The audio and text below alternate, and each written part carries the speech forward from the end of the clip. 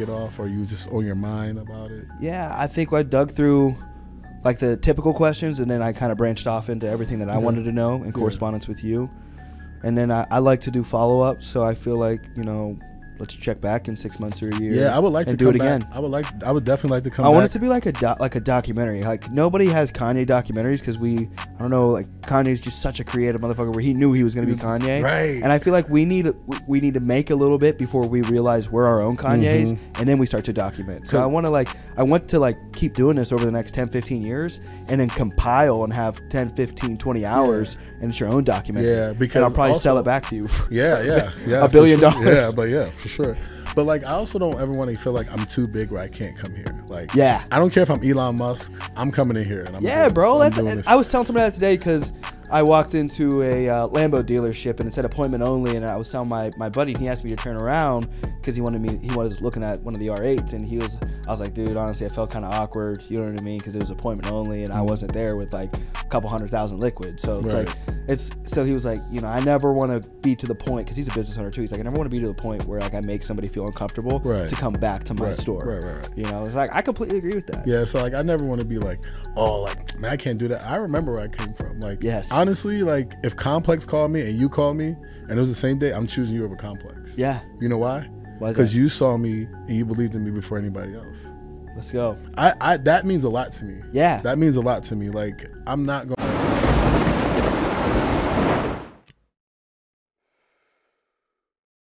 Dope. Live, another episode of Adversity King. So who do we got with us today? Chris Holloway, CEO and founder of House of Trade. Let's go. Explain House of Trade a little bit. Yeah, so House of Trade is an online trading platform. We facilitate the trade of sneakers and other like high-end luxury goods. So when did you come up with the company? So I came up with the company late 2019. The idea just came to me. I'm a huge sneakerhead, and I'm going to give you the origin story. Yes, do it all. Yeah, so I'm a huge sneakerhead, love sneakers, been a sneakerhead since like 6th grade. But one of the issues for me is I always had a big foot. So I was going after the Travis Scott 4s, and I was like, hey, need a size 15. But I was fortunate enough to hit, if anybody knows about sneakers, it's like almost impossible to hit. But I hit on sneakers, got a size 14, needed a size 15. But I knew they were available. So I looked online and I was like, man, there's somewhere I could trade this. There has to be. Like, all these companies advertise as buy, sell, trade. And as I started to look into the market, like, nobody's actually trading. Everybody's buying and selling, but nobody's trading. So I was like, hit up some of my boys, and I was like, hey, you know anybody on the size 15? Nobody had it. So then I came up with the idea, was like, well, why don't I be the person who starts the platform that allows sneakerheads to trade amongst each other? Because a lot of times people in this industry, lovers of sneaker enthusiasts, have a ton of sneakers. We have sneakers that we sit around, don't wear, maybe wear once or twice, and we just don't love them like we have certain pairs that we love. But somebody else, they might be like, man, I really want that sneaker. I'll trade you that for that. So I was like, hey, there's a market here for this. Let me create the platform for it. So that's how House of Trade was born. What was your favorite sneaker growing up? Man, so my favorite sneaker is a Jordan 3, black cement. But those are like classic. That's like a classic, and I don't have a 3 because I don't know why. I feel like I can't even call myself a sneakerhead because I don't resonate. I like 4s. No, see, I don't think there's nothing. I think the 3 and the 4, like, some people's like, that's that 1 or 2. Like, you know, like, it's like LeBron and Jordan. It's like, you don't really hate the one or the other, but you respect the other one. Yes. You know? Yeah, absolutely. Yeah, respect the 3 for sure. Yeah, you respect it. So it's not like, if you dislike it, nobody's gonna be like, oh. Yeah, but it's like, okay, I get it. It's a classic Jordan. It's like a 1. You know what I mean? The Jordan 3 is like Jordan 1. Yeah. In my mind, I don't even look at 2s. I look at like Jordan 1 and then 3. Yeah. That's like the 2s, but the 2s are coming back. Yeah, I don't know who I saw. I think I met another founder, and I believe he had partnered with one of the original founders of the Jordan brand.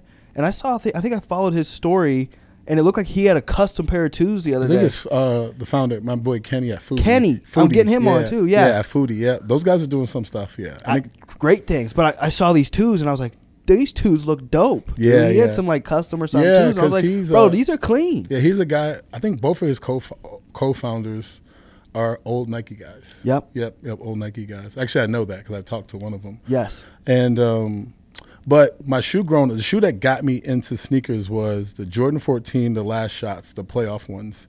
My uncle got them. Up. Yeah. My uncle got them for me. Shout out to him. God bless his soul. He passed away a few years ago. But he's the one who really got me into sneakers, and I went crazy after that. So it started with the 3s, and then it went to the Jordan 14 last shots. Well, the 14s are the ones that started it, but my favorite is the 3s. Yeah, these are a classic Jordan. Yeah, this is a classic. That's like the Jordan that like everybody remembers when he hit that shot. Yeah. Over Bill Russell. Yep. So I remember. I think my first pair. I think it was maybe 3rd grade. It could have been 3rd or 4th grade. Yeah.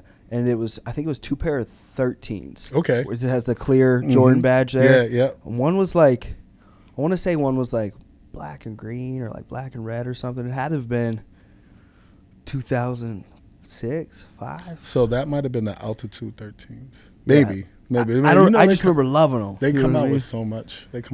Yeah, I remember it was the first time it was the last time I got Jordan. So both my parents went away. So my dad went away first, and he got me these Jordans before he went away. And I remember we took them back. That's how I moved to Pennsylvania. That's where my mom was originally from. So I had the Jordans with me, and I wore them until like my toes would curl. Right. So like they were like 3rd grade. And I was still wearing them like maybe the beginning of 5th, like curling my toes. Yeah, you know what I mean? I gotta wear these my Jordans. Yeah, because we lost that income, and my mom had just got out of jail, so she couldn't like really secure like a solid ass job. And so she was working on I don't think I got another pair of Jordans until I was 19. I got the Legend Blues. So it was my favorite pair. That was when I really like started like in like middle school, high school. Like my friends would bring me to sneaker cons, and I couldn't get nothing, and you know what I mean. But I'd see these Legend Blues, the 11, like with the 11 with the cool blue on there, and I'd be like, bro, that's a clean Jordan. Yeah. And everybody always has that Jordan that they look at. Even if you're not like a huge sneakerhead, there's a Jordan that you look at and be like, I like those. I love those. So I just think that's what, for me, sneakers, I think what gravitated me towards sneakers is, like, I kind of had an upbringing. Like, my parents, I'm not going to say we were super poor, but, like, buying sneakers was not a priority for my parents unless I needed them. You get that one pair when you go back to school, and then you ride those out to the rest of the year. Yeah, absolutely. So as I got better at basketball, I was given these shoes for free. I was getting shoes. And how far did you take basketball? Man, I took it pretty far. Like, I never played in the NBA or anything like that, but I made a little bit of money, playing overseas or? No. Just like, well, I did play overseas, but it was like more like a USA select team. Yep. And then I also played, well, we could kind of deem it as pro, but I played USA basketball for 3-on-3 for FIBA. So I was the original USA team for 3-on-3. So me and some of my old teammates, Derek Griffin, Corey Campbell, Pat Holloway, we were original USA team. So we helped it become an Olympic sport. So like last year's Olympics was the first time it was actually on the big stage, which was awesome. What's the Drew League? I was seeing that. What is that? Yeah, so the Drew League it's essentially like a pro-am. So what it is like essentially you get like some guys will sponsor teams, and they'll try to get like the best guys from the area to come in and play for their team. Essentially think of it like the Rucker, like back in the day when like Fat Joe would bring out like Kobe Bryant or Kevin Durant. So now the Drew League is like, there's the top like guys who play overseas or like some lower level pro guys who play it just to get like a high level pickup, something they can do over the summer to just work on their game and stuff like that. And then you'll get guys like LeBron who's like, all right, I want to run and play in front of a crowd. And LeBron shows up, and obviously you saw what happened. And I think LeBron he didn't put the Drew League on the map. The Drew League was pretty amongst the best. Yeah, but I only heard about it because of LeBron. Who played in it recently. So yeah, and actually that buzz around it now is kind of cool to see, because like guys like me who play, we like, oh, okay, like we know about the Drew League. Drew League's been around for almost 20 plus years. Like Kobe played in the Drew League, but like just with social media and just like the attention of like just basketball now as a whole, with like you can see highlights like instantaneously. Like if LeBron dunks, I'm going to see it in like 5 seconds. Yeah. So I think it just brought a little bit more attention, but it was a pretty big league on its own. I want to bring something like that to Chicago. I'm gonna say it on here, so if anybody hears this, what would you call it? I don't know. That's a good question. But I do want to bring something here because the HOT League. Oh yeah, I was thinking about that. The Trade League or the Holloway. Always market yourself. Yeah, any always, opportunity, market yourself. Sure. I mean, it's gonna be put on by House of Trade. Yes.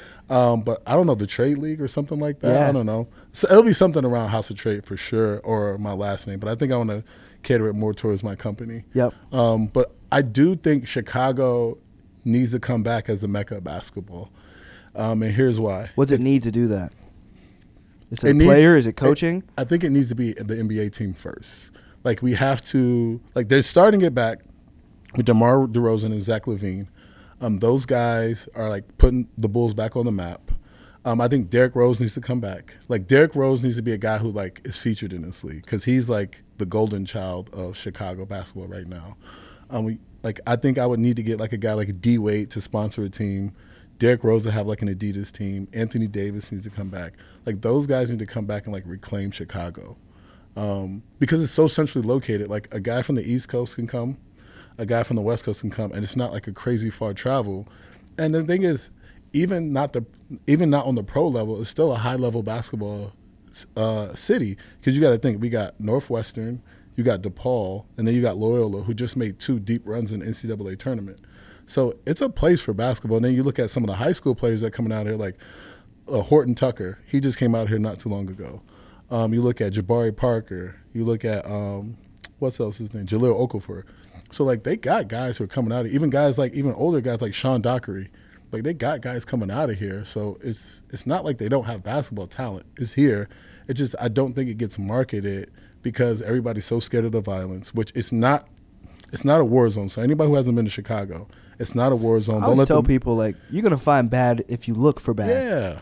You can find bad in Minnesota, Montana. Absolutely. You know what I mean? In the Montclair store or McDonald's. It don't matter. It don't matter. So, like, you'll see a fight at McDonald's. You don't never not go to McDonald's. Like, yeah. Like, I just think the media does a bad job portraying Chicago. Yeah. Like, everybody comes to Chicago like, oh, my God, it's so nice. I'm like, yeah, this is Chicago. Yep. This is Chicago. It's not this war zone that you got to duck and turn and, like, bullets are flying all over your head. People don't take into consideration, in the metropolitan area of Chicago, there's 10 million people. So when you compare a 10 million people populated area into a 500,000 populated area or a million, a lot of averages are obviously going to apply to the one with 10 million. So it's like it's not that there's more shootings, it's just in proportion to the, per capita. Correct. You know what I mean? Correct. So Absolutely. You're looking at a really small town, you're comparing it to like a world. You know what I mean? Right. Chicago's a world. Exactly.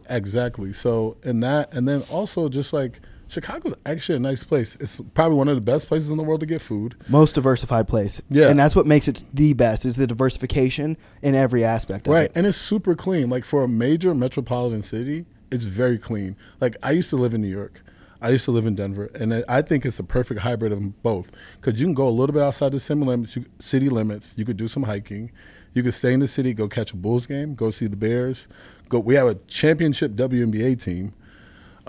Dude, I saw a championship good quote. hockey team. We have a championship baseball team, 2 championship baseball teams. Like, Chicago has everything you're looking for. What team does Griner play for? Brittany Griner plays for the Phoenix Mercury. Is there any updates on Man, her situation? I don't know, man. I don't foresee her getting out before this year, to be completely honest. That's so horrible. Because what they're trying to do is they're trying to trade her for, like, a warlord. Yeah. And I'm like, that's not going to happen. Like, this dude is, like, on the world's most wanted list. What would you do in that situation if you're the president? Man, that's a tough call. I think you have to be in, I think the first thing I would do is be in constant negotiations. Yeah. Like, I would let everybody know, like, hey, I'm trying to do what I can to get her out. Hey, there has to be a second option or a third option, but I'm not letting this warlord go. Yeah. For Brittany Griner. But I don't know. Like, what if she was your daughter?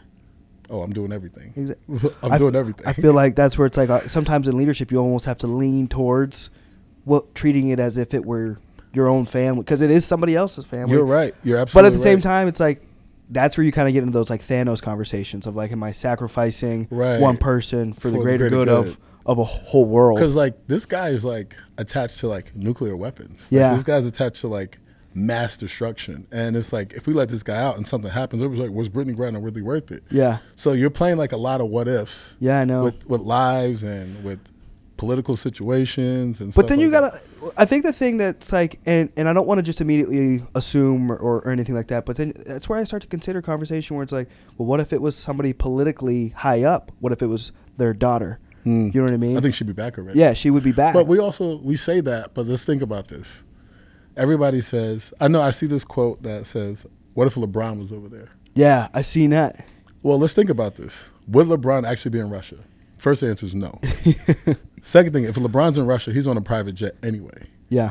And then the last thing, why would LeBron be over there playing basketball? So I think the issue everybody's really having is that WNBA players have to go overseas to make they don't make enough here. Money, which I think it's our fault. I think we look around and try to point fingers, but you're pointing a finger, but there's 3 pointed back at you. Yeah. Like, how many people have been to the WNBA game? Bro, that's what I was going to say. I saw a good comeback to what you just said, because sometimes it'll be the feminists that'll attack like us, but technically shouldn't the feminists be the one at the WNBA game supporting? It's not even the feminists. It's just people in general. It's just people in general. Like, I just think, like, you can't talk about, well, they should get paid like NBA players, but you don't show up. You haven't been to a game. Yeah. I bet you. I don't know the WNBA team, and you said it's a championship. It's a championship team. The Sky. They won the championship. Okay. I saw them in the bar at that night. Like, you would think everybody should be mobbing them. They just walked in like regular. Yeah. Like regular. Like the coaches, like, you wouldn't know they won a championship. In a city like this. Like, I asked somebody, it's like, oh, they were like coming at me, and I was like, do you know who won the championship last year? They was like, no. Yeah. I was like, I'm not mad at anybody who doesn't go to WNBA games, but you can't compare it to an NBA product, because they're bringing in an insane amount of revenue, and they can feed them. Yeah. Like, the revenue is just comparable to revenue. That's like saying, oh, like, I don't know, I'm trying to think of a sport that's like somewhat of a lower revenue. That's like saying softball and then try to compare it to baseball. Well, when was the last time you've been to a pro softball game or a soccer, and then try to compare like USA soccer to like international soccer? You see the international soccer stadiums? Yeah. They're massive. Insane. Massive. Like, there's more international soccer jerseys over here than there are MLS jerseys. So you can't compare those salaries. But I think people are looking at it as like men and women, and that's not a fair comparison. Yeah, that's not a fair great comparison. Explanation. It's like, you can't look at it as men and women. I know we want to go to that place, but it's just not fair. Yeah. Great explanation. So what was growing up for you like?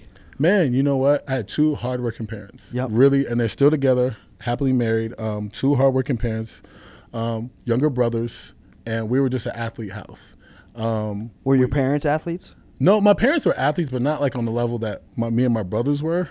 But they really worked hard to just provide us with everything, and that's where I got my work ethic from. Like, I remember there would be days where like my mom would like leave super early, come in super late, and then my dad would leave super early, come home, chat with us, and then go back out and work another job. And they provided us with things. I wouldn't say like I came from the gutter. Like, I don't want to disrespect my parents and say that. Like, oh, I came from the mud, I didn't have anything. They gave us stuff, but they worked. Yeah. They worked, because we started out in a very small apartment, and we gradually, like, I've seen the glow up of my parents. Like, we have a nice house now, like a ranch style home. But, it was hard. Like, we had our own struggles just like everyone else, My grandmother raised us sometimes. Yep. Just like, but my parents are still together, But yeah, my parents had like educated family. They worked, but we worked, They showed me what it was like. Like, there's no shortcuts. There's no like easy way out. There's no overnight success. They showed me that. Did they do anything entrepreneurial, or where do you think you got that? Yeah, so my dad started his own landscaping company as somebody who just started cutting grass, and he just got better and better. Then he went to school for like to learn more about like the plants and stuff like that. What type of grasses and trees work better in different climates. So like, I saw him go from like a guy who's cutting grass to like having one of the best. Does he still have it? He still does have it. And then my mom always had like little side businesses going on, with whether it being financial, because my mom's an accountant for Hertz. Well, she was accountant for Hertz Enterprises, and now she does like teaching like the financial people like about mortgages and stuff like that at Town Bank in Virginia. So are you closer with any of your family members in particular? Is there someone you're like the closest with? It just depends on what I like. In what aspect? Like, my dad is more like, hey, I need advice, life advice. Yeah. Like, you're going through a struggle, let me talk to you. My mom is like business, like this is what I talk to her about, like business, my strategies and stuff like that. My dad is more crossing over into that area now, because he's looking into like purchasing like or acquiring some funeral homes. So my dad is crossing over now. Our conversations are like a little bit more business oriented, and my mom is like crossing over. So like, they're kind of meeting in the middle. That coincides with my business. Yeah. Because we sell life insurance. Yep. So they're meeting in the middle now. So who I say I'm closer with, I can't really pick one, but I would say I'm more like my mom. Yep. Yeah, more like her. So procrastinator too sometimes. Okay, I feel that. And so, now where'd you play college ball? University of Mount Olive. It's in North Carolina, small Division II school. So like Mount Olive Pickles, that's what we're known for. What did was Steph Curry D2 or D3? No, he was D1. Steph was D1, but he was at Davidson. But it was still a small Is it a double school. A? Was it a D1? It wasn't double A? like it was. So like if you look at the landscape of basketball, it wasn't like a high major. It's like a mid major school, Okay. mid to low major. Yeah. So and now at Mount Olive, did anybody come out that went like into the league from there? No, we didn't have anybody go to the league, but we had like a lot of guys. Like my best friend Justin Melton, he's still playing professional basketball in the Philippines. We got a couple guys, like one of our guys, he's playing right now in Sweden. Another guy's playing in Brazil. When did you graduate? I graduated in 09. 09? Yeah, Okay. I'm an old guy. Okay. I'm old. I don't look old. Yeah, you know, like Yeah. what they say, black don't crack. Black don't crack. Yeah, Yeah. bro. So Yeah. half me won't crack. Yeah, happy won't crack. Yeah. So, and then, so from there, what did 2009 up until now look like? Yeah, so it was, man, honestly, it was a journey, man. It's like all over the place. So I'll break it down. So after I graduated, I moved to Denver. My best friend had got drafted to the Denver Broncos, Carlton Powell, and he exposed me to that life like of an athlete and what that looked like. And I was like, whoa, it's like a whole different animal. But I enjoyed it. You know, I enjoyed it. So during that time, I was working as a personal trainer at 24 Hour Fitness. Okay. Because that's what I got my degree in. So I got 2 degrees. I got exercise science and sports management. So I went into personal training, and I did well. You know, I really enjoyed it. I really got to develop some connections, some relationships. And during that time, I was like, I still want to work in sports. I still wanted to work for a pro team. So I went to Atlanta, went to a sports sales combine to like, hey, I'm going to sell tickets and just try to get my foot into the door of a pro sports team. And while I was down there, I met the guy, the president at the time. Man, I can't remember his name. I want to say it's Murray Khan, but I don't think that's it. But let's go with that. He did an interview with me, and he goes, man, I love your passion, I love your enthusiasm, but I don't think you're good for ticket sales. And I was like, I was kind of crushed because that's what I was there for. And he was like, he asked me one question. He goes, this is determined. If you answer this question the right way, I'll get you any job you want in the NBA. And I was like, he goes, would you rather be the head of ticket sales or director of basketball operations? And I said, oh, for sure, director of basketball operations, but both would be great opportunities. He goes, no, don't give me that bullshit. Tell me which one you want. I said, director of basketball operations. And he goes, that's why you wouldn't be good at ticket sales. He goes, you don't want to sell tickets. You want to be on the court and do that type of stuff. So he calls the Denver Nuggets, and he calls my friend. Now, he's my best friend at the time now, but at the time, his name is Derek Griffin. He calls him, and he's like, hey, I got a guy for you. You should interview him. I think he'll be good for you. So I go there, do the interview, boom, get the job. And he was like, so Derek tells me this now. He goes, I didn't really have an option. You're like, you're somebody I had to hire. Like that's like when the NBA calls, you answer. Like you do what they tell you to do. So I get the job, and I just move on. I started as a counselor, and then I finished as assistant director of youth basketball under him. So him and I, best friends, and he leaves the Nuggets. I leave the Nuggets. I go coach college basketball. He starts his own basketball program. He has the biggest basketball program in Denver now. And I'm coaching college basketball. And I'm like, okay, cool. Like, this is what I want to do. I'm going to coach college. But it kept me too far away from my family. It was very time consuming. And I loved coaching. Don't get me wrong. But it's not as lucrative as everybody thinks it is. Everybody looks at, like, the top guys. But there's a lot of... It takes decades, not even years. It takes decades. Decades to get up there. Decades. And when I started, like on average, that's kind of old, an older place to start. Usually you start like right after you graduate or like maybe you go into that GA position. Yeah. Like while you're almost there. You know what I mean? So yeah, essentially, yeah. Or like you're going like a year after. That's like late. Yeah. So I was kind of late in the game. So, and I took it, you know, but I learned a lot under my coach, Joey Higginbotham. I learned a lot. He taught me like a lot about business, a lot about organization. He's probably the most organized person I've ever worked for, like by far. Like when we travel, he wanted it down to like the minute, like where we got to be, where we should be. Like he taught me like so much organization in terms of business. Like you could ask him right now to pull up a file from like when I played my first year. He could pull up and tell you exactly like a date, where we were, what the practice looked like, what we exactly did in the practice and everything. Like he's so detail oriented, the most detail oriented person I ever met. And that's the thing. That's the biggest thing I picked up from him. And this other thing, he goes, don't put off what you can do now for tomorrow. That's another thing I learned from him. Yeah. But then, so I went there, coached college basketball, had my son. So I moved to Michigan, had my son. No, excuse me, the other way around. Had my son, coached college basketball. I was too far away from him, so then I moved to Chicago to be closer to him because I really didn't like Michigan. I was working in a factory. There's not many opportunities, so moved there. Came to Chicago. I was like, all right, I'm a coach, or I'm just gonna find something to do. I didn't get a job because I actually applied for Loyola, and Denzel Valentine's brother, who's the head coach now, he actually got the job.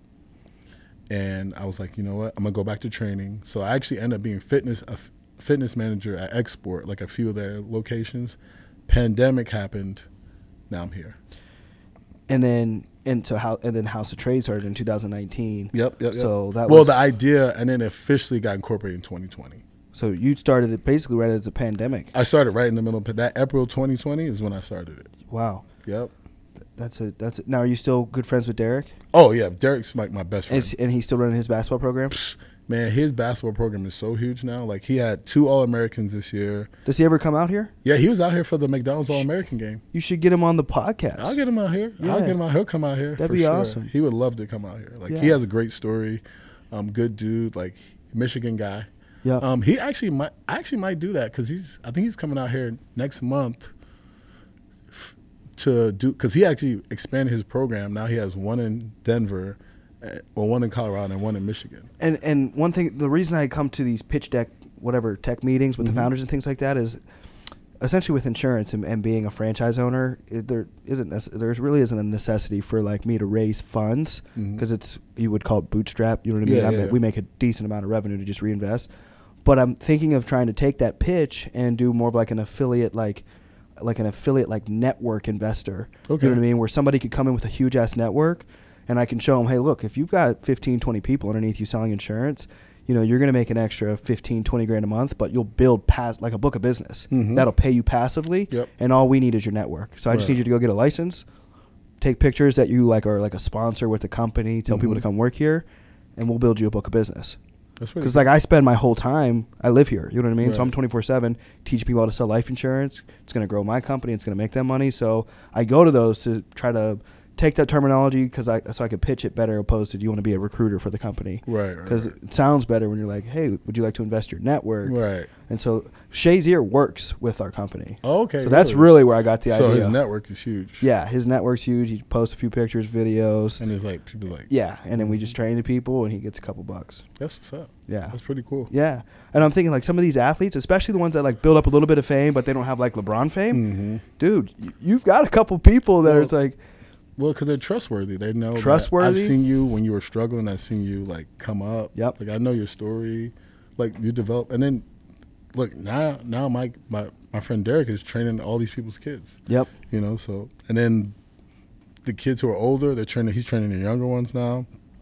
Referrals. So it's like, it's very similar. Like, even when I was doing personal training, like, personal training is very similar to that. Like, I started with a book of business. I did good. They started telling more people. Then people started seeing that, like, the people I trained were getting results. So there's just like. Now, are you 100% essentially self-reliable off House of Trade now? Yeah. For the most part, it's funny that you say that. If it's all trade too, where's the compensation? Yeah, so it's just we charge like a percentage, not a percentage. Transaction. It's a transaction fee.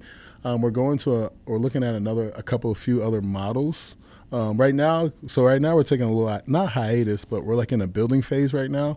We're adding a few things that we got cooking. We got some things cooking for the next year. And do you guys have investors then? No, everything right now we bootstrapped everything. Okay. We got a lot. We have a lot of people who want to. Not a lot. We have some people who, I don't like to use the word a lot. Yeah. We have some people who want to invest, but I just want to keep them at bay right now to see how much we can do on our own. And then when we actually need somebody, just pull them in. Now, for the audience, for those of you that didn't know what bootstrap mean, like I didn't know, like 4 or 6 months ago, explain bootstrap. You probably explain it better than me. Yeah, so I'm sure you could, but bootstrap is essentially like you're using all your own funds, all your own resources to build your business. Yes. You're not asking for outside income. You're not asking from friends and family. It's everything on your own money. Yep. Yep. Bootstrap, guys. Bootstrap. I think bootstrap's a good way to really, when you show investors too, it's like, hey, look, I've spent the first 6 months investing everything. Because I hear that. They're like, I like that you bootstrapped for 6 months. Yeah, because when I come to these things. Well, I think the reason why they like it is because it shows like you're Your not investment. leaning on someone else. Yeah. Like you're exhausting your resources. You're doing what you can. Why do I want to invest in something you're not? You're not even trying. Yeah, you don't even believe in. Well, it's funny you say that because my mom said that to me.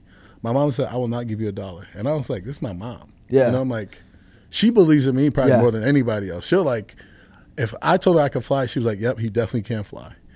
And she was like, I'm not going to invest into you until I know you invested in yourself. And I'm like, what does that even mean? I'm like, I'm investing in myself. She goes, you have more money than most people do just sitting around. I'm like, what are you talking about? She goes, your sneakers. When you start selling your sneakers, I know you're serious about your business. I probably liquidated like half my collection. What was there a favorite one you let go of? I almost let go of them, and the transaction didn't go through it, and I'm like kind of hesitant on them now. The Travis Scotts that I was referring to? Yeah, the Travis Scott 4s. I sold them Yeah. for $800, and the transaction messed up somehow, and so I still have them. So those are still your favorite? Those are still my favorite, but I think I'm gonna I'm gonna take them off because the origin story behind them. Yeah. But part of me wants to sell them and then or trade them and get the 15. I still want to trade to get the 15 for them. Yeah. That's my goal. Now, what about your second favorite pair of shoes that you have right now? Man, so these I've actually posted them on TikTok. The Air Max 1 Concepts Mellow. They're like, it's so gorgeous. It's a gorgeous shoe. My favorite shoe right now is the I want to say they're the Adapts. Oh yeah, with the ones that like self-lacing. Yeah, that technology is crazy to me. Nuts. That technology is crazy. The left one sometimes like will like not trigger to charge, and I'll like go to put them on and be like, oh, like kind of like micro depressed. I'm like, here goes these first world problems. Yeah, these fucking shoes don't work now. You know what I mean? I'm looking. I'm like, hey, they were expensive, dude. I was like, growing up, like how we grew up. Dude, I was like, I paid $12.50 for those. Oh. Because I got them after I didn't get resale. Yeah, I got the resale, and I don't even think I got them like brand new. Oh really? Where'd you get them from? I had someone broker through StockX. Like I don't I don't know what I was like. I don't know if I want to try. It'd be hard to mimic. You know what I mean? To mimic that technology. Yeah. So I was like, I had a guy go through StockX. They're not faking those. It's just too much. Yeah, it's too much. But I remember going to sneaker cons, and me and my boys, we were hustlers. We would go on like these Chinese websites, and we would buy like fake Yeezys and things like that. Man, that's so frowned upon now. Oh, I could imagine. That's why I like have a horrible feeling. I'm like, I remember what I used to do. But you know what? Like, there's people who were doing it. Like, everybody was doing it. Like I never did it because I just never had the opportunity. We got the Red Octobers, and I don't think we were able to sell them because people knew how broke we were. And they were like, well, they knew how broke I was, and I was trying to market them, and they were like, as soon as I posted, they're like, yeah. Well, because it's something that like people are like they're gonna like do some work to verify those because they're they're reselling out for like almost 20 grand. Yes, easy 20 grand. And I remember when they first dropped on Sneakers app, and I tried to get them, and I was like, didn't think twice about missing on them. And now I look, I'm like, oh my god, I wish I didn't miss on them. But if you guys don't know, like if you see these shoes he has on right now, super clean. Like these feel really good. Super clean. And I'm glad I get to flex them too. And we were talking about before we got on air, like I don't really do the high fashion, but this is probably a pair that I would not mind. I wouldn't mind grabbing those. Yeah, because that's a nice summer sneaker right there. Yeah, and the thing is I'm so like don't care. I'm gonna make it a winter sneaker too, probably. I hate the salt though. That's another thing with Chicago.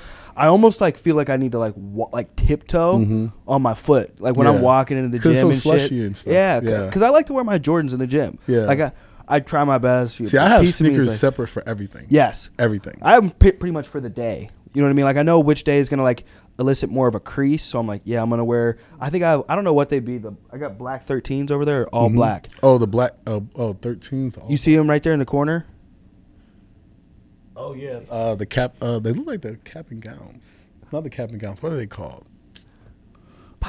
I wanted to say. I can't think of Pirate. it. I don't know. Is that fours? It was a Pirate Black. No, the Pirate Black is Yeezys. Yeah, those. Yeah. I see them, but I just can't remember what they were called. Yeah, we can't. All those nicknames. I get lost. I like the pure monies. Are pure monies. I remember those came out when I was like, those sixes you got over there.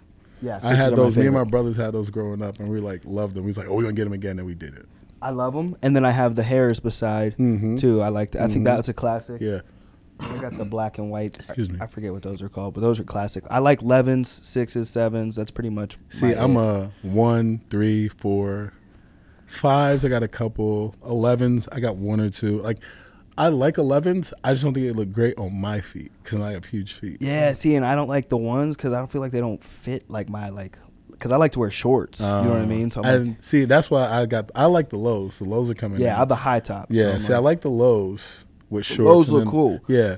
And then the highs when I wear like But I feel like the lows look like cooler with like a taller dude. I'm like right in between short and tall. See. I'm like the one where like tell girls you're 6 foot, but you're really like 5'10", 5'11". Like I'm look, cause you know she ain't 6 foot. Like yeah, I'm 6 foot. She like, all right, I know it because she gonna tell her girls that. Yeah, she really like 5'7". You just an inch over. You like knowing like I'm 5'9", 5'10". Right.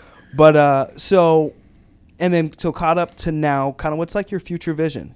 Yeah. So like I said, so a few things have changed since from 2020 till now. I got a new co-founder. Her name is Dr. Collier Griffin. Phenomenal mind. Like she's taken what I vision and just ran with it. Like, yeah. And I actually met her at like one of these tech events. She saw my shoes, the shoes I was referring to earlier, and she just came and we like instantly had a connection. I was like, we got to meet. Did you have a bad partnership prior to this? It wasn't bad. It just didn't work out. I don't want to like. I'm not going to badmouth her. It just didn't work out. Yes. It just wasn't a good. It just didn't work out. Like just lack of compatibility. Yeah. Like, that's a great perspective to have. Like she didn't do anything wrong. I didn't do anything wrong. We just felt like things weren't moving. Did you have to split any equity when you guys? Well, we actually just had that conversation, and she's gonna get whatever she invested back in the company, and we'll get all the equity back. Okay. Okay.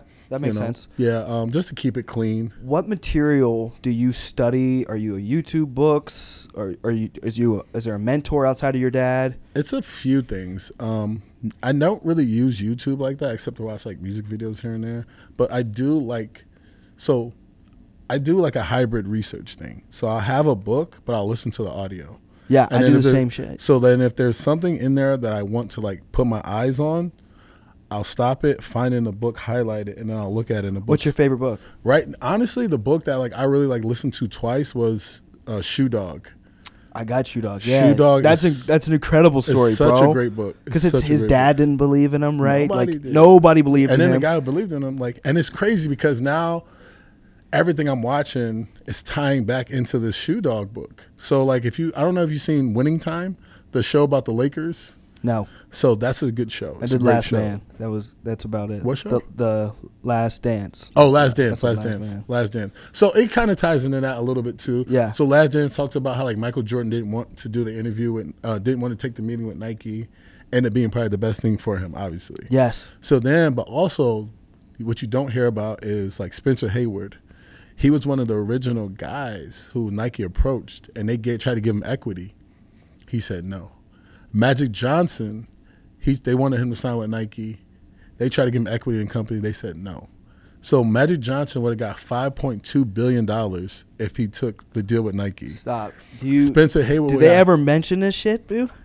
Yep. Spencer Hayward, I just read an article, would have got $15 billion. No, not as a 15. It's like somewhere around like $10 billion if he'd have took the deal with Nike. Because Nike, he wasn't. I'm saying yes to everything. Well, the thing is, at that time, like now, we're like more aware of what equity can do. Yeah. I don't want to say in the 70s and the 80s they really understood, because they was like, oh, Nike's a startup, it's going to flop. Adidas was on, Converse was booming. So it's like, you're telling a kid to turn down, at that time, $100,000 is like the equivalent of like what, $500K? Minimum, especially with inflation this year. So turn that down to like get equity in a company that you don't know is going to do well. Yeah. Like, but like you got to really have a vision to see that. Yeah, absolutely. And like they wanted to make like the Jordan was supposed to be a Magic Johnson sneaker. Yeah. Like it's supposed to be the Air Magic, and they they pitched Magic Johnson as like this is an Air this is the Air Magic. However you want to do it, we can do it that way. Rings or stats to judge an NBA player? I think it's a combination of a lot of things. All right, well then let me just ask who's your favorite player of all time. My favorite player of all time is LeBron, and here's why. To me, here's why. LeBron, to me, I look at it like this. When you ask me that question particularly. Yes. Who would I want my son to be? All right. I would like, and if anybody, that's definitely a great argument. You can ask anybody that.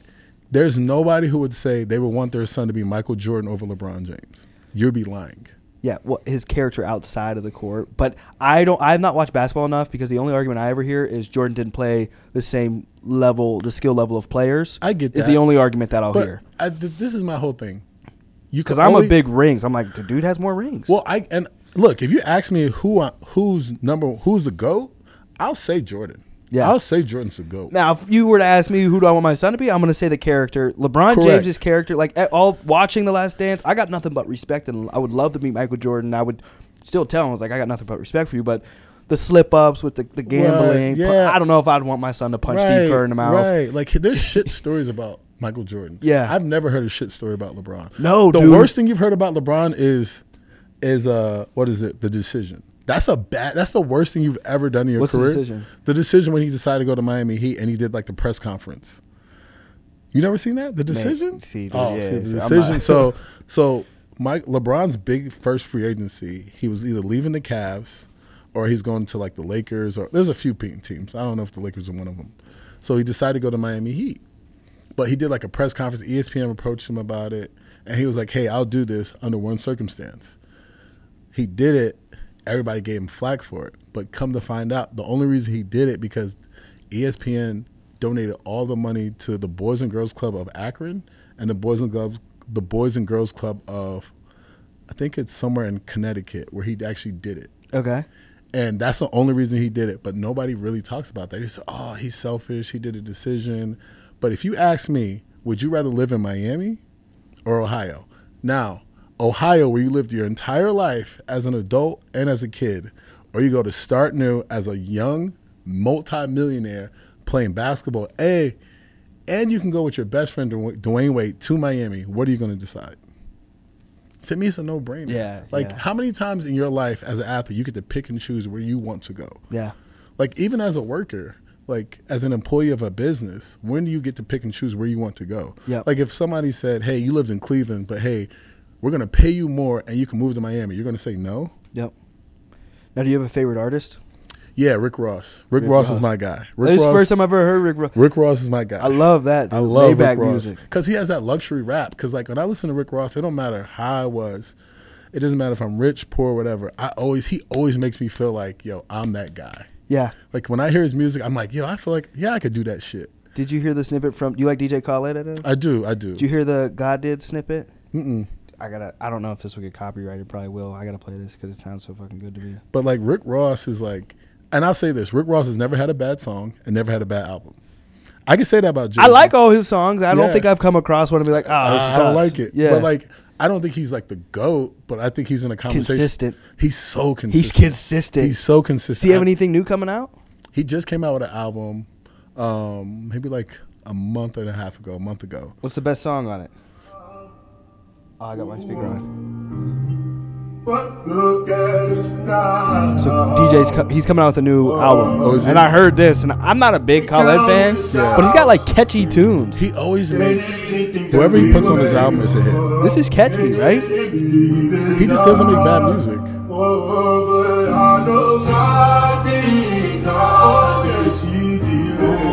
It's got like that black gospel vibe, and I grew up in church like that. Yeah. That's like who's on that? Is that Boys Choir Harlem? I don't know. I just found it on. It just got dropped on YouTube. It's just a clip of. I don't know who's singing that. Yeah, I think you played just a short amount, just so you don't have to like copyright that. Yeah, I don't know what. I feel like sometimes too we don't get like as much publicity through this podcast, where it's like we could just do and say whatever without anything getting like taken down yet. But like Rick Ross is my guy. Like, and I also like. And let me say this. I look at people who embody the way I want to be, or like I would see myself in these situations. Yeah. So like everybody's like, oh, who's your guy? Like you asked me like LeBron. I see myself more as a LeBron type person. Yeah. So that's why I like. So opposed to associating yourself with the object or materialist person, the person's manifested, you look more at like the person, the whole package. Person, like that's unique. Most people really just look at like the end result, like and they don't look at like like, oh, Jordan won all these rings. Jordan did this. Jordan did that. Look, more power to him. But Jordan also had to get him that. Jordan, there is a controversy or a theory that he is the reason why his father was killed. Like, I don't want those things associated to me. So, like, but LeBron is like, he started his own school. Like, he gives back to his communities. Like, he's always at his kids' games. Like, that's always there. Always at his kids' games. I'm like, dude. And his kids have, and how many kids does he have? His 3. And are they all boys, or has he got a daughter? He has 2 boys and a little girl. But his little girl has a YouTube show and he's on it. Like, you know what I'm saying? Like, dude, and to raise 2 young black men around that much money and them not to get in trouble? Right. You know how many kids, like rich kids, it's inevitable. Right. So, like, for me, it's just like, I'll say this on this podcast because I've said it to many people and I want to put it out there. I do not like when black people hate on LeBron James. Yeah. I do not like it. Bothers me to my core because he is the example. He's a great figure. He's like a Superman for the black culture. Yeah, because the thing is, he's a guy who was raised by a single mother, high school sweetheart, married her, had kids, loyal. Whatever. You never heard nothing, dude. Nothing, you know. So then, for him to do that, make money, invest back in his community. Let's even go a step back. All his boys are put on. Rich Paul, super agent in the NBA. Maverick Carter, super producer with Uninterrupted. Like, how do we hate on LeBron? Like, I just don't understand it. Yeah, the more you dissect it, dude, like, how do you it even hate on opens him? my eyes. Like, how do you hate on him? Like, I get it. Like, he doesn't have the 6 rings, but man, 10 finals. Like, let's talk about that. Now, the Jordan shoe is better than LeBron. I'll say that. I'll give you that. I'll give you that. Actually, I have all LeBrons from one to now. I love the corks. Yeah, that like now sneakers and they ain't Michael Jordan 1,000 times over LeBron. 1,000. Like, I'll pick 100 Jordans over one LeBron. Yep. But I just said, just like the whole package, I look at and I was like, I gotta go with LeBron for me personally, because even like your whole crew is like successful. Yeah. Like, he didn't give them money. He put them in positions to win. Yeah. Like, we look at that and we're like, oh, man. Like, how many people athletes you heard of, they gave their boys money and they blow their money. But, like, he gave their boys power. Like, he had an agent his first year, let his boy Rich Paul follow around his agent. Second year, he released his agent. Rich Paul's my agent now. That's my boy. Rich Paul knows how to do this now. Rich Paul has the biggest team in the NBA. Yeah. Like, LeBron puts his people in positions to win. And I just like, and this is one thing I will say about the argument, the rings. 6 and 4, always 6 will always trump 4. What I don't like is everybody's like, well, LeBron lost in the finals. To me, if you do not win the championship, you lost. I don't care if it's in the finals or I don't care if it's in the first round. So Michael Jordan is not 6-0 in the finals. Michael Jordan is 6. He has 6 rings, but he's not 6-0. Every season he played, if he didn't win the championship, he lost. Yep. LeBron just got further and lost, but you still lost. I don't care when you lose in the season. If you don't win the championship, you lost. Yeah, I agree with that. So I don't know how many seasons Michael Jordan played, like, off the top of my head. So Michael Jordan's 6 and 12. Yep. Let's say that he played 18 seasons. He's 6 and 12. LeBron is 4 and 16, whatever. Yeah. But that's not like, how many guys play 20 seasons never win a ring? Vince Carter, how many rings does he have? He played 22 seasons. Yeah. You know, like, I don't knock what Jordan has done. I don't. And if you have the ring conversation, I hear, does Bill Russell have 11? Bill Russell has 10 rings. 10 rings. I just think you have to look at the whole package. And I still will put Jordan over LeBron, but let's not just ride the 6-0 in the finals. Yeah. Let's not do that. Have you ever met either of them? I played against LeBron in high school. This dude was like unreal, ungodly. Yeah. Like, he just doesn't try. Do you think he'll get another ring? I do think he'll snag one more. You think he'll play with his son? I think he'll stay and play. This is what I think. I think he'll stay to play with his son, and if his other son is really killing it, I think he might stick around. Do you think now will his son have to go straight to the league? I think his son will have to do 2 years in college. 2 years in college? I think he'll get drafted if he came out. I just don't think he'll stick around. Now, is he a senior? He's a junior now. So you think LeBron's got 4 more years? So this is senior coming up. You think LeBron has 4 more years in him? I don't know, because that's what he would have to do for the oldest, right? He'd have to do 4 more years. No, he would have to do. So this senior year of high school, he'd have to do 3 more seasons. And then the season he would start with his son would technically be the 4th. So it'll be the 1, 2. No, his season start with son would be the 3rd. 3rd? Yeah, because that's if he one's and done. That's if his son one's and done. I don't think it. So I think it'll be 4. Yeah. So 4. I think he can. Yeah, I could see. I mean, as much as you invest back into your body, and $1 million? how old is he? His LeBron 37. 37. Yeah, 41. 41. It's not. But the thing is, like LeBron's playing at an insanely high level. So like, Yeah. This is the thing. It's like, is his ego getting away and say, hey, do I have to slow down, or does he go like, I'm gonna slow down and just be like a mid-level guy, or I'm gonna keep being LeBron? Yeah, that's what I think he'll have to decide. The look in his eyes looks like he still wants to be Man, LeBron. To him to go out in the Drew League, I think him missing the playoffs was helpful for him to rest his body. You know, because like the way he was playing in the Drew League was like insane. Yeah, insane. So I'm gonna say this to you. I'm gonna put this out there in blast. If I have a league here, I need you to sponsor a team. Yeah, I need you to sponsor a team. Just get these.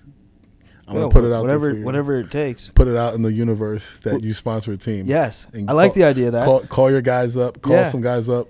Maybe you get Ryan Sezier to get his influence to get one of these guys. Like, because I want to get a team, a House of Trade team, and my ideal team. I know he's old, but I can't get him now. But I want a bunch of Virginia DC guys. Yeah. So I want to get like Allen Iverson to be the coach. I want to get like Alonzo Mourning. I want to get Kevin Durant on the team because he's a DC Maryland guy. I want to get. He just did it people are mad at him, right? Nah, he'll be all right. He'll be all right. He'll be all right. Like Kevin Durant, like I just hate when people like get so mad at athletes. Like, dude, let them live their life. Like, if I can choose, I don't want to be somewhere. Where's he going? I think honestly, him and Kyrie Irving still end up back in Brooklyn. I just think it's too much to move them. Yeah, I think Kevin Durant would be back in Brooklyn. I just don't think you can move him. He's just too valuable. Yeah, and he want too much, and they're not budging. And I'm like, I think I'll say this: I really think the Lakers should try to go after Kevin Durant and not Kyrie Irving. Nobody's talked about that, but if I'm the Lakers, I'm like, hey, you want 2 first rounds for Kyrie? I'll give you 2 first rounds for Kevin Durant. I'll give you Russell Westbrook. I'll give you Horton Tucker and somebody else. If I'm the Lakers, I take that trade because LeBron, Kevin Durant, Anthony Davis, you get some mid-level point guard like Dennis Schroeder, and then you bring in whoever. That's a championship team that can compete with the Warriors. Yeah. I'm just saying. I would look at trying to bring – and then you can move LeBron to a 2 or Kevin Durant to a 2, LeBron to a 3, AD at a 4 or a 5. That's a hell of a lineup. Just throwing it out there. Now, do you have any hobbies outside of House of Trade and basketball? Yeah. I love to work out. I love to weight lift. That's like my sanctuary. That's where I clear my head. So some people like to meditate. I like to lift weights. Like just put my AirPods in and just go at it, go crazy. I actually do love fashion. Like I'm super into fashion. I love like seeing new trends. You have a favorite brand right now? Actually, I like Essentials, the Fear of God stuff. Yeah. I really like their stuff a lot. I like the very basic stuff right now. Do you have a vintage shirt on? Me? No, did you? When I saw you at the tech event, did you have yeah. I like that stuff. Yeah. I like that too. I like Tupac and Biggie. It was a vintage Rodman tee. Yep. I love Rodman tees. That's my thing. Yep. Like I love Dennis Rodman. They go hard. I looked at it. I was like, that's a hard ass shirt. Yeah. Like, cause I like the way they make it. Like it still feels like the old. It feels like I like the feel of the old tees. Like I don't like the new tees that look old, but they don't feel old. Yeah. I like the old feel. Outside of that, love hanging out with my son. I love to like be outside. So he's in Chicago? He's in Michigan. Okay. But he's a huge sports kid. Yep. He likes playing football. I love watching him play. He's dynamo quarterback. Let's go. Yeah. Let's go. Quarterback and point guard. I just love being outside, man. Like being outside, chilling. Food, movies, any of that? Love movies. What's your favorite? Coming to America. Coming to America? Did you like Coming to America too? No. I didn't hate it as much as I thought I would. Yeah? I'll say that. It was like a recap of the first one and then just like, okay, let's make this little. Do you have a top 3 favorite movies? Yeah. Coming to America. Inside Man with Denzel Washington. Yeah. And look at the description of that again. I'm pretty sure I've seen like all. Oh, you know Denzel. what? I'm gonna take that out. Coming to America, Dark Knight. Yeah. And man, it got to be one of those Marvel movies, man. Yeah. I love them joints. Yeah, I don't Marvel know. I movie goes can't pick crazy. one though, because I love Civil War, I love Infinity Wars, I love Endgame, I love Black Panther. So I think I just say Marvel verse is my third one. The whole Marvel verse is my third. I one. put that down in my top 10. And then like outside of that genre, I would say like I don't know. It's hard to not be like a young black kid and not like have like some affinity to Scarface. Yeah, You absolutely. know, or like Scarface Scarface Belly, is like my number 2. Scarface Belly, Paid in Full. The belly shirts go hard. Mm-hmm. Like those are the movies I kind of grew up on, like Scarface. Yeah. When I was living in New York, they filmed Belly where I was living. Wow. Yeah, so that was crazy to see growing up, like see DMX and Nas. Yeah. LL Cool J went to my church. Wow. So yeah. So I went to the Brooklyn Tabernacle once. really? Yep. Did you like it? Yeah, it was cool. Yeah. I went up there. The only time I've been to New York was for a missions trip. I think I was Okay. 15 or something like that. Okay. We were in Brooklyn serving people. Yeah, it's It was super cool. historical. Like you can walk anywhere and Super. just see something crazy. Like you walk down the street, you might walk like past Spike Lee. Like, Yeah. that's New York for you. Yeah. You know, but yeah, like You have a favorite restaurant for Chicago? Favorite place to eat even? Doesn't even have to be a crazy restaurant. man, that's probably the hardest question. That's for the me. app that Kenny had me download. Yes, I love wings, but the best wing I've had here, I don't know. My favorite restaurant, I don't know. It's a. I don't want to say, the best burger I had was at the Dearborn. I don't want to say a commercial restaurant like STK, but that was really good. Yep. Man, this is the question. Portillo's is good. Like let's just Yeah. call it. Like Portillo's is good. Like like I didn't like it. you really? Yeah. I mean, didn't like don't you Portillo's. ain't got to say it. I I'm like not from I like Chicago. Sonic more than Portillo's. Sonic is- I compare them. Sonic is really good. People sleep on Sonic. love Sonic Sonic. is fire. I dude. sonic. Sonic. If I really want to cheat and like you know what I mean, just fuck the diet up, I'll get like a chili cheese dog. Sonic or is something, so dude. good, bro. I can't even hate. Sonic is really. Oh, With the slushies. Sonic and is shit. really good. Oh man, I got to give you a better answer than Sonic, though. Chicago restaurant. I don't want to say Portillo's, man. I can't say Portillo's, but it's good. I liked it. Now, do you know? see yourself in Chicago for the foreseeable future? I do, because the tech scene here in Chicago is booming right now. Number taking 2 city in the world? And then number 1 for like the marginalized community and minorities. To start Very businesses. diversified. Yeah, because like I used It to go to almost these tech- makes it more warm too. With It it being so does. diversified, you don't feel like an outcast. It does, because I've been to these events and they're predominantly white. Yeah. You know, and you don't feel comfortable in those spaces as much. No, and So- I'm light skinned as hell. Yeah. and I'll be there like I'm like, oh man, I'm the darkest here, It's kind of awkward. and I'm like white. But like you have that, then you start developing that what is it? What's the thing called? I used to say all the time. You don't feel like you belong there. Yeah, You know, like I don't feel like I belong here. and there's every Imposter type syndrome. of people. Oh, okay, the imposter. Yeah, I feel like Yes. imposter syndrome. Like I don't belong here because like I didn't go to Stanford, I didn't go to Yale, I didn't go to Yes. Harvard, I didn't go to these big schools, and then I don't have a degree in tech. I Yep. don't have a degree in business. I just was a guy who started a business because I was super passionate, and I was like, I'm gonna work harder than you. I might not know all this stuff, but I definitely will outwork you. So I just used that to get where I'm at, and meeting some good people. Like Claude, he's like a dynamo in the industry. Like he's somebody you want to get on here. Claude. Yeah, set it up. Yeah, Any of these Claude people is be dope. definitely somebody you want to like. He is probably the hottest person in the tech scene in Chicago right now. And what's he do? He works for P33. He's the organizer of like all these events. He's like the connector. Like he's the reason why I found my co-founder. Wow. Like he is that guy right now. So he could like help me find people that would actually listen to me about. 1000%. That would be. I'm 1000%. definitely gonna text you about that then. 1000%. We gotta Like set he that is up. that guy right now. Like he had Pusha T at an event. That's insane. That Yeah. was the tech event. Mhm. Yeah, that's insane. Yep. He's the connector. Yep. Like I'm very thankful to meet somebody like him. Like he's helped me a lot in terms of like just getting where I need to go. Is it a white dude? Not No, that he's it matters. black. He's black. See, He's a black now guy. that's he's fucking and he's nuts. Haitian, and he's only 24 years old. He had the big chain on. Mm-hmm. Okay. Yep. He's 100% authentic who he is. Wears Jordans. Yeah. Wears his Dream Chaser chain. If you really want to get in touch with him, just hit him up on Twitter and mention something about Meek Mill, and I guarantee he'll talk to you. Okay. Guarantee. But he's not a guy who's like so big time that he just won't Like he'll talk to anybody. Like Yeah. he's not that guy. He's not that type of guy. Like he's very like down to earth. He works hard. You know, he plays hard, but like. Does he play sport too? No, I think he's a soccer guy. Oh, okay. But one of his goals is he wants to own a basketball team. You know, that's one of my goals. Yep. I want to own a basketball team, and I'll say this. I want to put this out there too. I didn't start House of Trade to make money.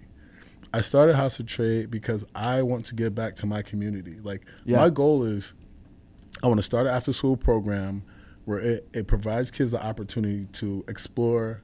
They explore anything. So if they want to be a mechanic, I want to have a gym. Yeah. I mean, not a gym, a garage. Yeah. If they want to be an athlete, I teach them about nutrition. What'd they call that in high school? That trade stuff where you can like get out of class and go do. I don't know what it was called. I don't know. I remember stuff like that, yeah. and I feel like it should start sooner. I feel like you should start like middle school. Yeah, I want to because I want to cultivate these things because I think a lot of times and like really expand out. Yeah, like I want to do computer science. I want to do science. I want to do like, hey, if you want to be a nutritionist, I want to teach every kid about nutrition. Because I think a lot of times it's like we don't know what we don't know. Like we think, oh, well, I'm eating this and this is healthy. But like just because it's organic doesn't mean it's healthy, you know? And I just think like we always they always try to put at least us in this box of like you're going to be an athlete or entertainer. Athlete or entertainer. And I'm like, look, I don't want to build a facility to make the next Denzel Washington, the next LeBron. Like I want to be the next like Bob Johnson, the next Condoleezza Rice, or whatever it may be. Like just expand our talents outside and expose people to things because I never knew I wanted to have a tech company until I got exposed to it and I tried to do it. Now I'm like, this is something that I love and I want to be in this space. Like I always thought I wanted to run a gym. Then I ran a gym and I absolutely hated it. You know, exposing those communities to different things. Like I want the after school program where like it's self-sustaining. We don't need government money because then government money tries to control what we can do. Where we pick up the kids from after school, we get them like a little snack, we cultivate their skills, we have tutors who are in these spaces that they struggle with. Because sometimes, a lot of times, it's like, if you go home and you're doing trigonometry, I can't help my son with that. Yeah. You know, and there's some parents who are like, they just barely graduated from high school. Or like they graduate from college or whatever they mean, and they don't still remember this stuff. So it's just allowing them to be successful. And then like, hey, they have to get back to the community as well. So like part of the program is they would be in like we do like a Habitat for Humanity. Like we go clean up a park. We go like donate our time at a soup kitchen. That's part of what they have to do. Yeah. So then like when they go to college, hey, your first year, we provide you with, we pay for your books. We pay for your bedding. We pay for your school supplies. So like you're not worried about these financial strains of college because sometimes kids don't go to college because like, yeah, the tuition is paid for, but like, what about everyday living? Yeah. Like, what about everyday living? Like, how many times when you're in college, I'm like, yo, I'm hungry. And like, you eating oodles and noodles. Like, I'm scrambling. You know, so like, I want the program to be so big that it just takes care of itself. Yeah. And then eventually expand. Like, I want to start in Virginia. I want to have one in Chicago. I want to have one in all these communities where it's just like this national thing. So like, if you're in this program, you can go to LA. Yeah. And be like, oh, I was in this program too. I want to give back. I want to give back. I want to give back. So that's the reason why, like, I want House of Trade to be big, so I can develop something like that. So I can use it as a we vehicle. can have the next Chris and Tristan. You know? Yeah. You know, the next. If we had the next LeBron, that's cool. But Yeah. that's not. Or the next Rich Paul, the Maverick Carters, and stuff like that. But I just don't want to see it put in these boxes. I want them. Yeah. I want us to create and just be the next whatever we want to be. Facts. Now, is there anything else on your mind that you want to share as we wrap up?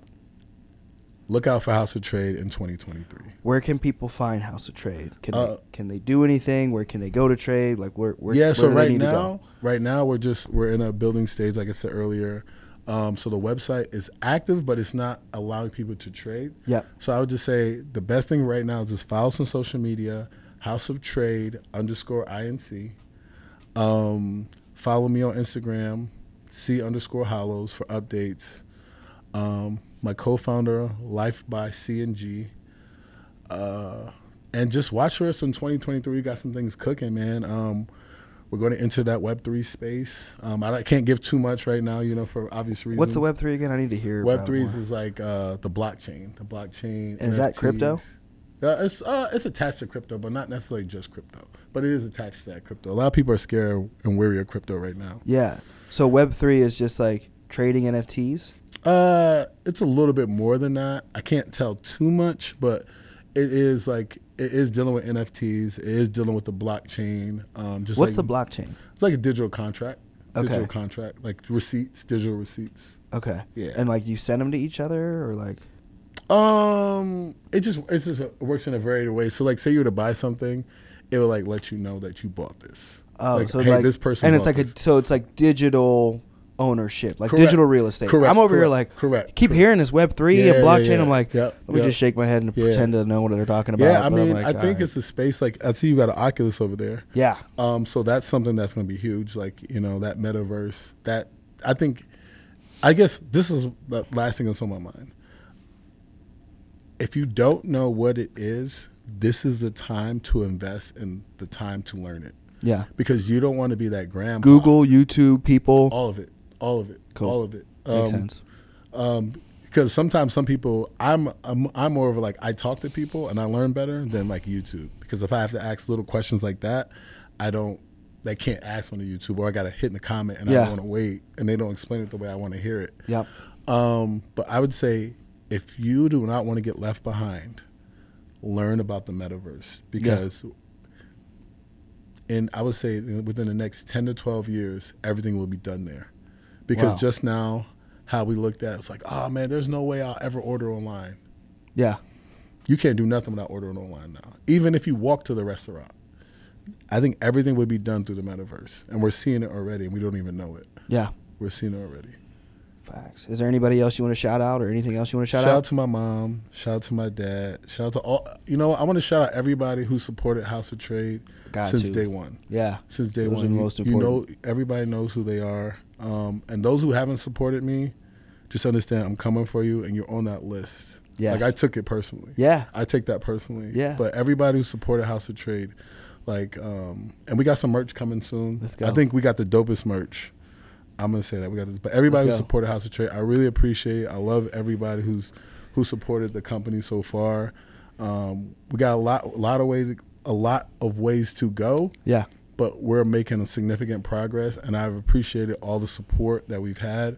We got some events coming up soon in the next couple of months. I'm gonna invite you to those events. Let's go. Yes, please. We're gonna do like a sneakerhead and tech event. Yeah, that would be dope, dude. Yeah. That's the first thing I look at is somebody's shoes. Oh, I look down and up. Yeah. Down and up. But like, check the shoes. But really just like the support that I've gotten has been awesome.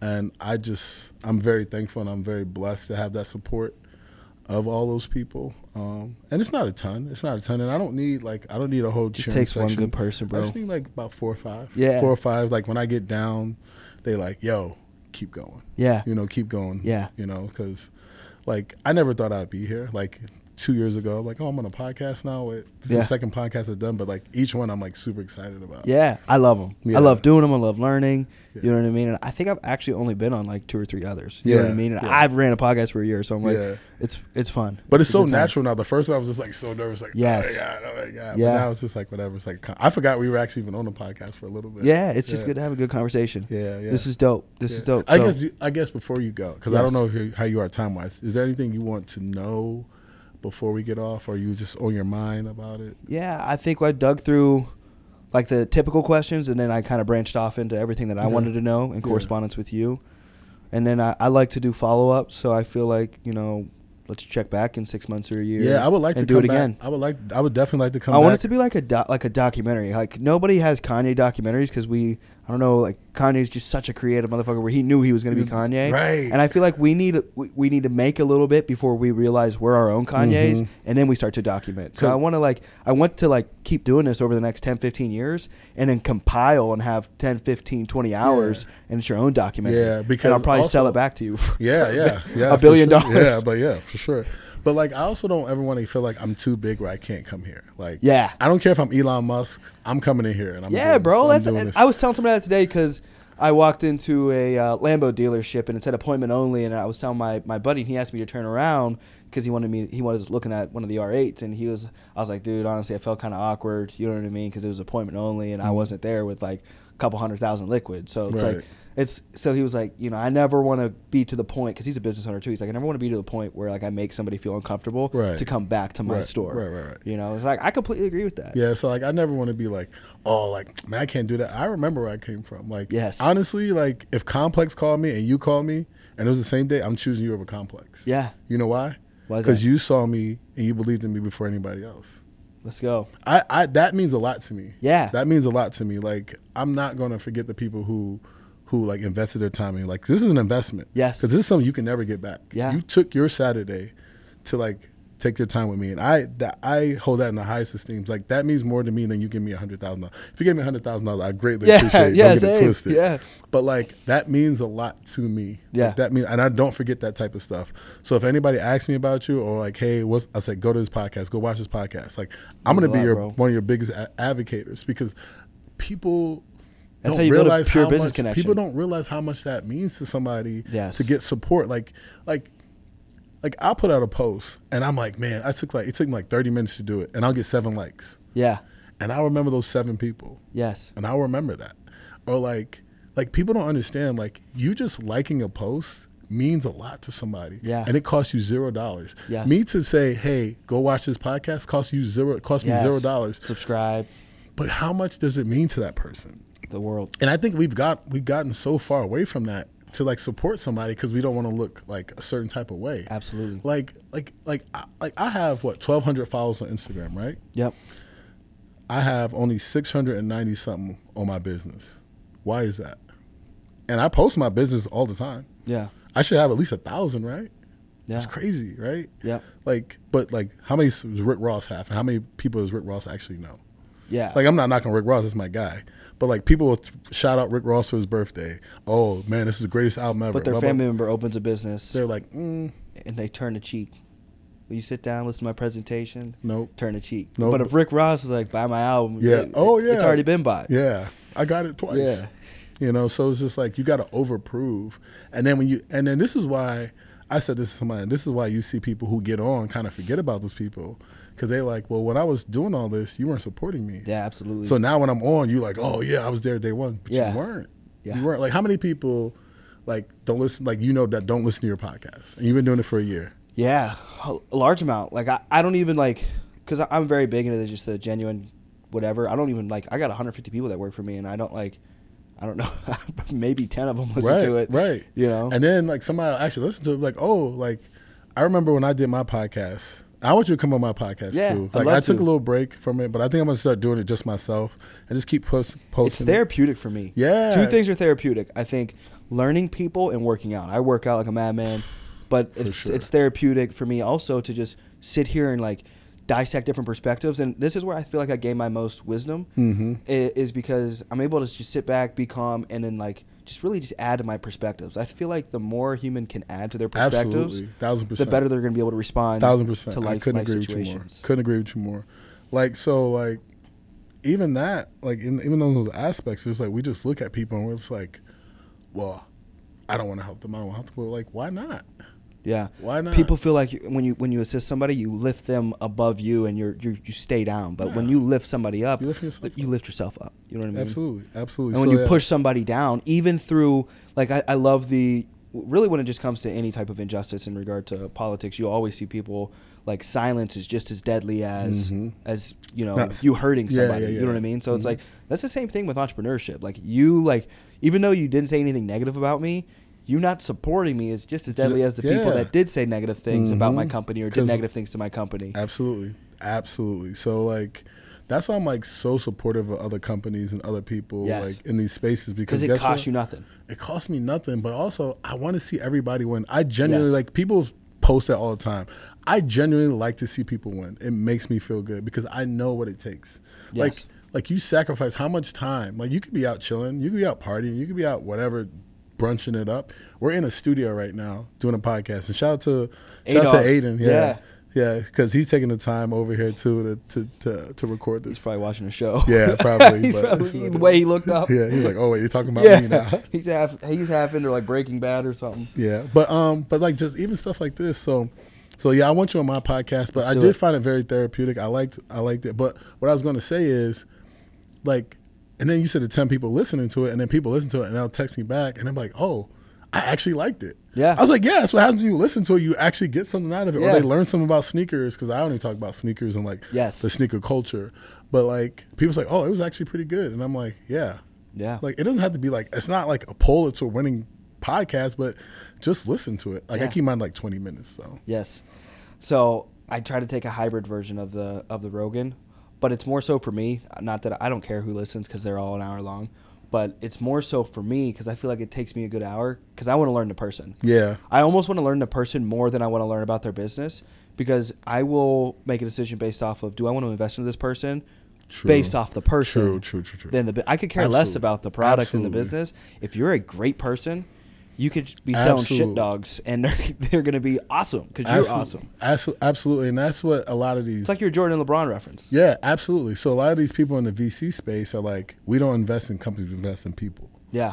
You know, and I'll put myself against anybody because my work ethic and just where I came from. Yep. You know, I'm not, like I said, I didn't come from the mud, but I just work hard. Yes. I work really hard. When you add hard work with a great heart, you have an unbeatable person. Yeah. So, and that's why I said, like, you can sell me Jordan all day, but I'm always gonna pick LeBron. Yeah, I think LeBron's a good person. Because I feel like the difference would be like Jordan had the hard work, but his heart was off, and LeBron had both. Both. Yeah, he has both. Like great heart. Like LeBron, you think LeBron played in the Drew League for him? No, he played for these fans who never going to see him play that close. Yeah. Like, how many of those people never went to Laker game? But, like, there's a kid who saw LeBron, and LeBron walked by, and he got to touch LeBron. Yeah. And that's an amazing feeling. That's like, I remember when I went to the Rucker, and I saw Ray Allen, and I was just, like, so enthralled. And he wasn't even playing, and I was just, like, so enamored by Ray Allen. Like, I love Ray Allen now. Yeah. Like, I love and I just saw him. I didn't even play. He didn't even play. Yeah. So, like, and he was filming, like, He Got Game at the time. Wow. So that's how old I am. Yeah. But like those things matter to kids. Like those things matter to people. Like even adults, not even just kids. Like you see adults going crazy at these stuff. Yeah. So. Dope. Yeah, man. Dope. Well, this was great, bro. It was awesome, Excited man. to have you back. I definitely want to be back. When we start launching, when we add some of these new things, I want to come back. We'll have highlights from this too. Okay. And we'll send those to you. So like when you do different launches and things like that, you can throw up highlights. Perfect. On Yeah. And then obviously off air we'll talk about. I want to learn some more about like how you go about the production aspect of this, like you know, because I want to do something small, but you guys got a great setup here. Yeah, absolutely. It's an amazing setup. Absolutely. Aiden does fire. All right, well, it was a pleasure again, bro. Yeah, for sure. We're out, guys. Peace. Peace.